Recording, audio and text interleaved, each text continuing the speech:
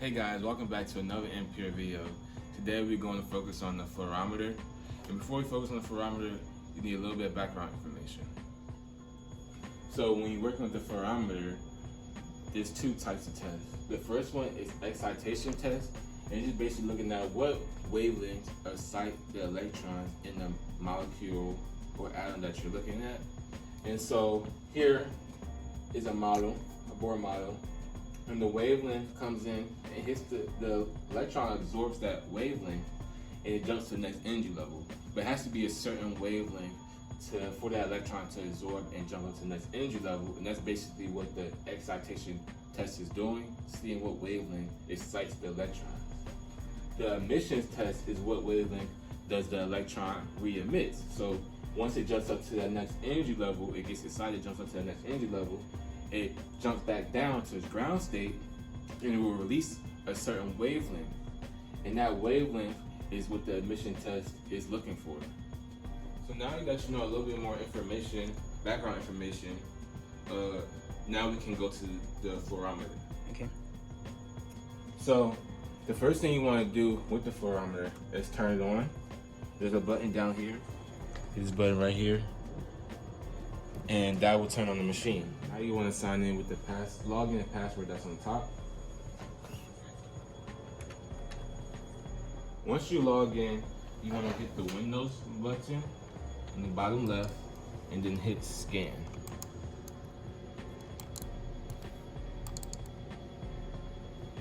Now the compatible software with the fluorometer should pop up. You know the machine is on because there will be a green light at this indicator right here. Now that you know the fluorometer is on, it's time to set up your parameters. So what you do is you'll go to the left top corner and hit setup. And here's the two tests I was talking about, excitation and emission. For excitation, this is good to run when you don't know the excitation of your molecule. Since we're using water for this test, we already know the excitation is around 250. So we're just gonna do an emission test. Go to the excitation and you will hit, or you put in the number that is the excitation of your molecule, and then you will start or stop. This is the range for the machine to see what re-emitting wavelength your molecule re-emits. So for this test, we can go from, we can do 260 to 800. Now, scan control is how fast the machine will test your sample. We're gonna go into survey just because this is a trial run of water. So we're gonna go to survey, which is the fastest, and slowest will be the slowest testing speed. Hit OK, and now your parameters are set up. Now you want to get a cuvette, a four-sided cuvette. This is the only type of cuvette that works with the fluorometer, because if you go into the fluorometer, there's two parts to it. The light comes in on this side, and then the re-emittance comes out on this side. So you need a four-sided cuvette, and we're using water, so let's prep our sample.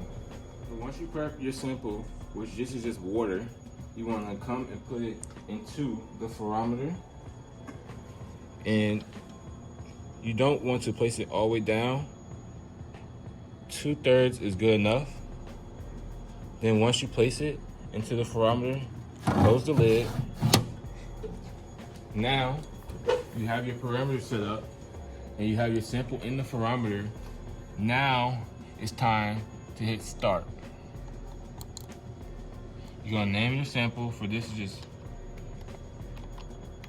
water. Hit OK. Okay, now we see at 250 nanometers of excitation, the water re-emits a wavelength of 500 nanometers. So 250 nanometers is around the UV range, and 500 nanometers is in the visible light range. And we can actually look at the wavelength spectrum to see exactly where the nanometers fall. At the wavelength spectrum, we see that 500 is kind of a light bluish color, and 250 nanometers, which is the excitation, is around UV length. And we expect this because sometimes when the electron absorbs that wavelength,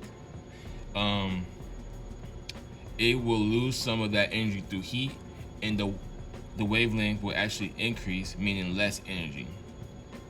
So now that we tested our emissions for our water, now it's time to shut down the fluorometer. So to stop the fluorometer, first thing you want to do is save your data. You hit File,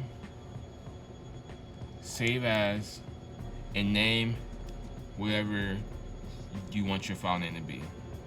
Exit out, and you're gonna right click and remove graph. Now, you're just gonna exit out the software,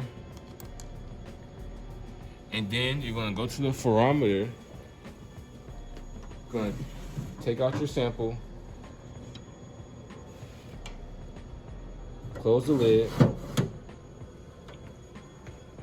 and then turn off the machine. This is all you need to run your first emission test on the fluorometer. If you have any questions, please refer to Dr. Tracy Brown Fox or the lab manual. Thank you for watching.